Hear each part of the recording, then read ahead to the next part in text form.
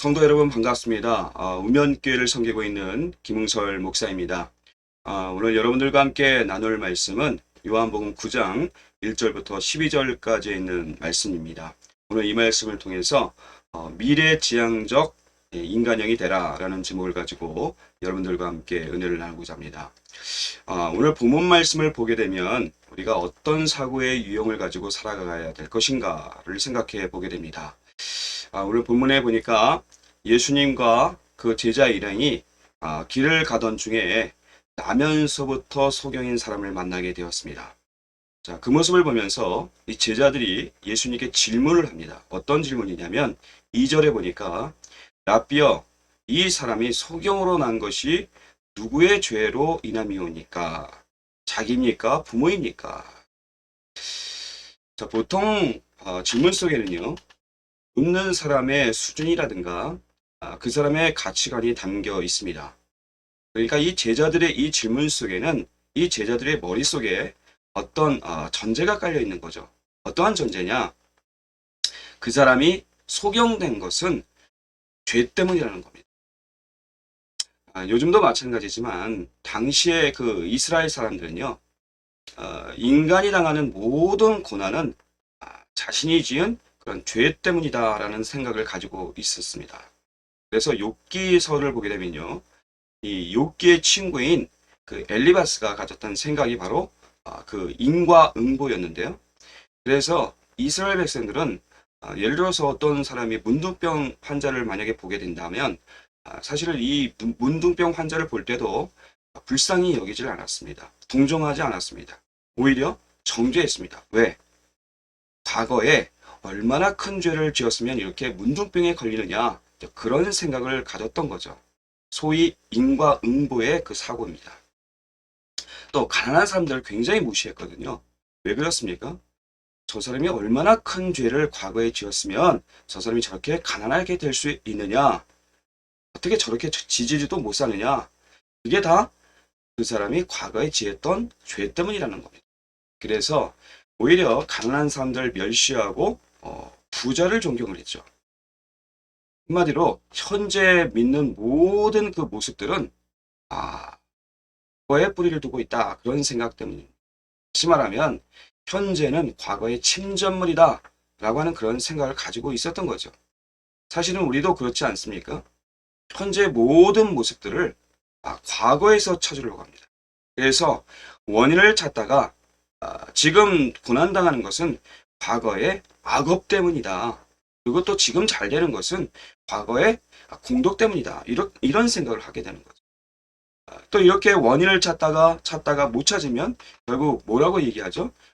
내가 전생에 죄가 많아서 그렇다는 거예요. 소위 윤회적 사고입니다.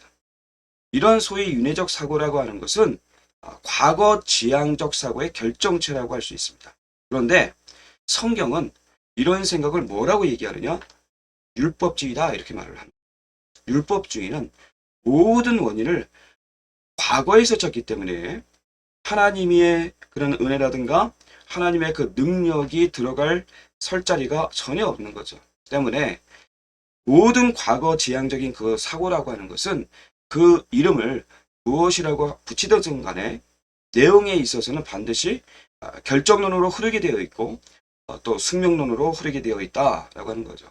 그래서 무엇인가를 조금 이루고 나면 굉장히 교만해지고 이루지 못하고 무슨 환란 가운데 빠지게 되면 절망하게 되어 있습니다. 그런데 이런 결정론이라든가 운명론은 모든 고난의 근거는 죄다라고 하는 그 논리를 내세운다라고 하는 겁니다. 그런데 실제로 인간이 살아갈 때 일어나는 일들을 잘 보세요. 그 반대의 명제로 나타나는 때가 얼마나 많이 있습니까? 즉 모든 고난의 근거가 죄다라고 하는 말을 뒤집어 보면 이게 무슨 뜻이냐?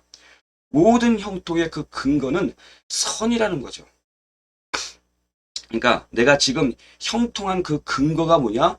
그래도 내가 지금까지 괜찮게 살았기 때문에, 내가 그동안 의인이었기 때문에, 내가 똑똑하고 하나님 앞에 인정을 받았기 때문이다 라고 하는 거죠. 때문에 현재 이 정도로 형통함을 누릴 수 있는 것이다 라고 하는 그런 생각을 하게 된다.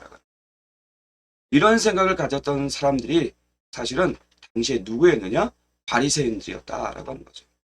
그 당시에 바리새인들은요, 굉장히 좋은 집안에서 태어났습니다. 그리고 학식이 있었습니다. 부자였습니다. 그러니까 모든 면에서 평탄했다라고 하는 거죠. 그것으로 하나님이 자기를 인정했다라고 하는 그 의의 근거로 삼았습니다. 이것은 잘못된 것이다.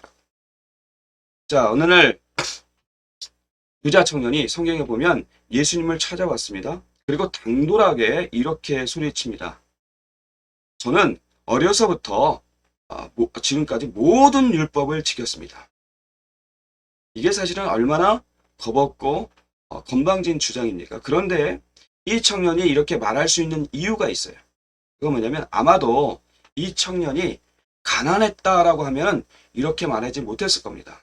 부자이기 때문에 이렇게 말할 수 있었던 거죠. 그래서 자기를 한번 보라는 거예요. 자기를. 자신이 이렇게 젊은 나이에 이미 부자인 것을 보면 자기가 의인이 아니냐라고 하는 거죠. 하나님께서 나를 인정했다. 나는 어려서부터 율법을 지켰던 당당한 사람이다. 이런 식으로 나오게 되는 거죠. 자, 교회에 가보게 되면 어떤 교회는 굉장히 축복만을 강조하는 교회가 있습니다. 그 교회를 대상으로 해서 교회 구성원들을 분석한 논문이 있었습니다. 그 논문을 보니까 정말 우리의 상상을 초월하는 그 이야기가 몇 가지 있습니다. 자, 여러분, 제가 여러분들께 한번 질문을 해보겠습니다. 기복신앙, 이 기복신앙을 중심으로 하는 그 교회, 그 교회를 다니는 사람 가운데 부자가 많겠습니까? 가난한 사람이 많겠습니까? 우리가 얼른 생각하면 가난한 사람들이 많을 것 같습니다. 가난한 사람이 와서 복받고 부자 되기를 원할 것이다, 이렇게 생각을 하는 거죠. 그런데 그 논문의 분석을 보니까 그렇지가 않았어요. 그 교회에는 부자가 압도적으로 많았습니다. 그 논문을 보니까 그 교회에 모이는 사람들의 심리 상태를 명확하게 분석해 놓았습니다. 그러니까 예수 믿으면 부자가 되고 복 받는다라고 하는 말을 듣고 제일 기뻐할 사람이 누구이겠습니까? 부자입니까? 가난한 사람입니까? 부자라는 거죠. 부자. 왜 그렇습니까? 물론 모든 부자가 다 그런 것은 아니지만 돈을 벌기 위해서는 어떻습니까? 여러분, 깨끗한 방법만 사용하지 않습니다. 어느 때는 부정한 방법도 썼을 것이고 어느 때는 또 사기도 쳤을 것이고 어느 때는 또 폭리도 취하고 투기도 했을 겁니다. 그런데 웬만큼 양심이 마비되지 않는 사람이라면 그 마음 가운데 죄의식이라는 게 있습니다. 마음에 부담감이 있습니다. 마음이 떳떳하지가 않아요. 최근에 천문학적인 공공개발 이익을 얻고요. 또 한 젊은 사람이 6년간 일해서 나온 그 퇴직금으로 50억을 받았어요.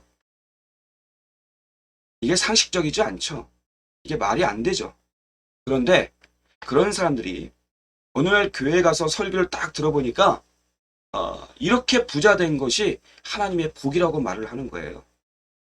어쨌든 간에 여러분이 부자 된 것은 하나님께서 복 주신 결과입니다. 하나님이 여러분을 인정해 주신 표입니다. 우리 모두 하나님의 이런 복과 인정을 받아야 됩니다. 다시 말해서 회개를 통해서 안도감을 주는 것이 아니라 교회에서 이런 방식으로 안도감을 주는 겁니다. 이게 얼마나 엉터리입니까? 이런 것을 메시지라고 증거하고 있는 게 현실입니다. 그래서 어떤 이야기를 합니까? 어떤 교회에 가서 어떤 목사님의 설교를 듣기만 하면 마음이 막 평안해져요. 마음이 불안하다가도 죄의식이 있어서 마음이 불안하다가도 그 목사님의 말씀만 들으면 평안해지고 떳떳해지고 당당해져요. 이것은 잘못된 겁니다. 잘못된 메시지를 통한 그런 잘못된 안도감에 대해서 성경에서 선지자 에레미야가 아주 준엄하게 책망을 합니다. 뭐라고 얘기하느냐? 평안하다 평안하다 한다고 해서 평안해지는 것이 아니다. 우리의 평안은 어디서 와야 되느냐? 회개를 통해서 와야 된다. 하나님 말씀 앞에서 우리가 깨지는 방법을 통해서 오는 평안이 진짜 진정한 평안이지, 귀에 무슨 솔깃한 말을 통해서 오는 것이 평안이 아니다. 평안하다 평안하다 할지라도 마지막에 하나님의 징계가 있다. 이게 바로 에레미야 선지자의 외침입니다. 이런 에레미야 선지의 외침을 우리가 들어야 된다라고 하는 것입니다. 혹시 우리 가운데에서 자기 자신의 믿음을 주위의 환경을 통해서 확인을 하려고 하는 사람이 혹시 있지 않습니까? 어떤 사람이 자기 자신을 스스로 괜찮은 사람이라고 생각합니다. 나는 뭐 재수도 안 하고 대학에 단번에 붙었고 가정도 평안하고 건강하고 게다가 하나님께서 뭐 미모까지 주셨다. 그래서 나는 하나님의 백성임이 틀림이 없다. 이렇게 자신의 환경을 통해서 주변의 환경을 통해서 생각하는 거 이게 잘못된 것이라는 겁니다. 사실은 형통한 악인이 있고요. 고난받는 의인이 있다고요. 때문에 적어도 성도는 과거에 뿌리를 두고 현재를 평가하는 그 잘못된 그 시각을 버려야 된다라고 하는 것이죠. 성경에서는 전혀 그런 시각을 용납하지 않는다는 사실을 우리가 명심해야 됩니다. 오늘 본문에 보게 되면 그게 적나라하게 드러나고 있어요. 자, 예수님께서 자 누구의 죄입니까? 이 소경이 자 이 병든 거, 이 소경이 된 거 이것이 부모의 죄입니까? 자기의 죄입니까? 이렇게 질문했을 때 이 예수님께서 이 제자들의 질문에 대해서 이렇게 대답을 하십니다. 3절에 보니까 이 사람이나 부모가 죄를 범한 것이 아니라 그에게서 하나님이 하시고자 하는 일을 나타내고자 하심이라 그랬습니다. 여기에 보면 이 말씀을 보면 이 미래지향적 사고를 하라는 메시지가 보인다 그런 얘기예요. 왜 소경이 되었다고요? 앞으로 하나님이 하시고자 하는 일을 나타내고자 하심이니라. 하나님이 하시고자 하는 일을 하나님이 하시는 일을 나타낸다는 것이 무슨 의미입니까? 그 사람의 그 고난이라고 하는 것이 과거적인 것이 아니라 미래적이라는 뜻입니다. 미래적이다. 오늘의 고통의 원인이 과거에 있는 것이 아니라 미래에 있다는 것입니다. 현재의 고난이 과거의 업보가 아니라 미래를 위한 소망의 씨앗이다 이렇게 선언하고 있는 거예요. 이게 바로 기독교와 타종교의 차이점입니다. 그래서 여러분 그리스도의 복음이 들어가면요, 하나님의 말씀이 제대로 들어가면요, 사람들의 그 사고의 틀이 바뀌게 되어 있습니다. 어떻게 바뀌느냐? 과거 지향적인 그 믿음에서 미래 지향적인 믿음으로 바뀌게 됩니다. 수세기 동안에 죄인을 가두는 곳을 소위 형무소라고 그랬습니다. 형무소. 이 형무소라고 하는 그 말 자체가 무슨 뜻이냐면 죄의 대가를 치르는 곳이다 라는 뜻이 담겨 있습니다. 소위 인과응보의 개념이죠. 그러니까 죄를 지었으면 벌을 받아야 된다라고 하는 인과응보의 개념입니다. 죄는 고통을 당해야 한다는 거죠. 이게 바로 형무소의 개념입니다. 그런데 19세기 영국에 이 하나님의 말씀, 복음의 열풍이 불어닥쳤어요. 그렇게 되자 사람들의 시각이 변했어요. 어떻게 변했느냐? 자, 그때 엘리자베스 프라이라고 하는 여자가 전면에 나서서 이 형무소를 교도소로 바꾸는 운동을 벌였습니다. 형무소라고 하는 그 개념하고요, 교도소라고 하는 개념은 하늘과 땅 차이입니다. 교도소는 무엇입니까? 응징이 목적이 아니라 변화가 목적이에요. 변화가. 다시 말해서 죄의 대가를 치르는 것이 목적인 이 형무소와는 달리 교도해서 새 사람을 만들겠다라고 하는 그 개념이 바로 교도소의 개념입니다. 완전히 다른 거죠. 그러니까 과거의 대가를 치르는 것이 아니라 미래의 인간을 만들기 위한 곳, 그것이 바로 교도소다라고 하는 거죠. 이것이 바로 성경의 시각이고요, 하나님의 시각입니다. 그래서 우리 성도들에게 믿음의 말씀이 정말 들어가게 되면 시각 자체가 변하게 되어 있습니다. 그러니까 똑같은 고난을 당하고 똑같은 일을 당해도 해석하는 방법이 다르고 태도가 다르고 미래를 대하는 방법이 달라지게 되어 있다라고 하는 것이죠. 그래서 히브리서 12장 8절 말씀에 보면 이런 말씀을 하고 있습니다. 징계는 다 받는 것이거늘 너희에게 없으면 사생자요 참 아들이 아니니라. 자, 이런 말씀이 나오거든요. 그러니까 징계 자체도 과거에 대한 처벌이 아니라 미래의 영광스러운 모습을 위한 훈련이다라고 하는 뜻입니다. 그러니까 미래가 있으니까 징계도 의미가 있다라고 하는 것이죠.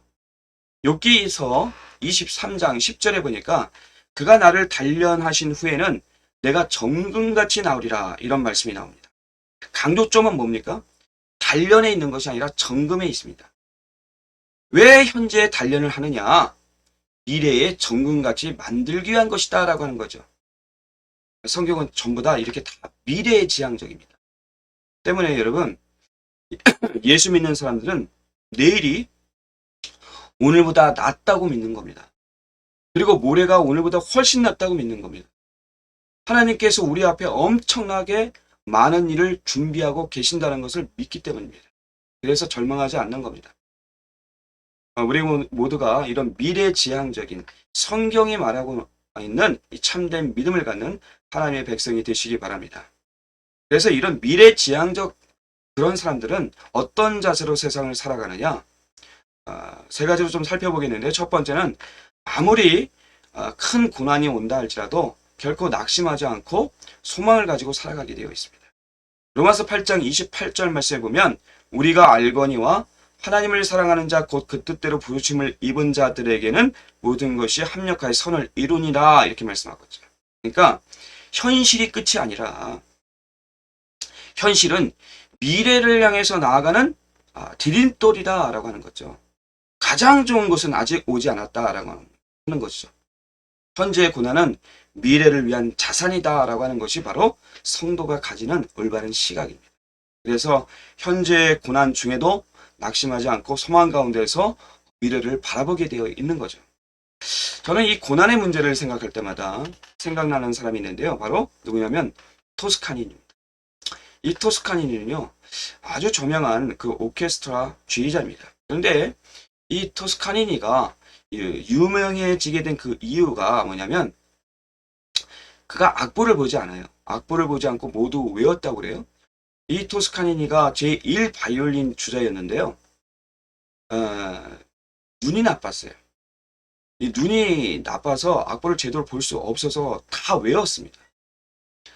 그런데 자신이 연주하는 시점을 알아야 되기 때문에 자기 악보만 외운 것이 아니라 남의 악보까지 다 외운 거예요. 어느 날 공연을 하는데 폭우 때문에 지휘자가 오질 못했습니다. 누구라도 대신 지휘를 해야 되는데 단원 중에서 전체 악보를 다 알고 있는 사람, 다 외우고 있는 사람은 이 토스카니밖에 없었어요. 그래서 그가 대신해서 지휘를 하게 되었습니다. 그런데 지휘를 정말 기가 막힐 정도로 잘한 거예요. 악보도 안 쳐다보고 자신의 해석으로 완벽하게 지휘를 한 거예요. 모든 사람이 다 놀랐겠죠. 그래서 그날로 이 상임 지휘자 대신에 이 토스카니가 이 상임 지휘자가 되었다. 그런 얘기가 있습니다. 그 다음부터 승승장구하는 인생이 되었습니다. 제가 무슨 말씀 드리려고 하냐면 현재 고난이 미래를 위대하게 만들었다는 거죠. 오늘의 핸디캡이 미래의 영혼을 만들었다는 거죠. 바로 이것이 성도의 시각이다. 오늘의 고통을 내일의 자산으로 삼는 거죠. 자, 두 번째는 뭐냐면 과거의 경험에 머물지 않는다라고 하는 거예요. 미래지향적인 삶을 사는 사람들은 과거의 경험에 머물지 않습니다. 내가 왕년에 이랬어. 이러한 과거의 감옥에 갇혀있지 마시기 바랍니다. 과거에 못했던 것을 이제 할 수 있습니다. 과거에 모르던 것을 이제는 알 수 있습니다. 왜냐?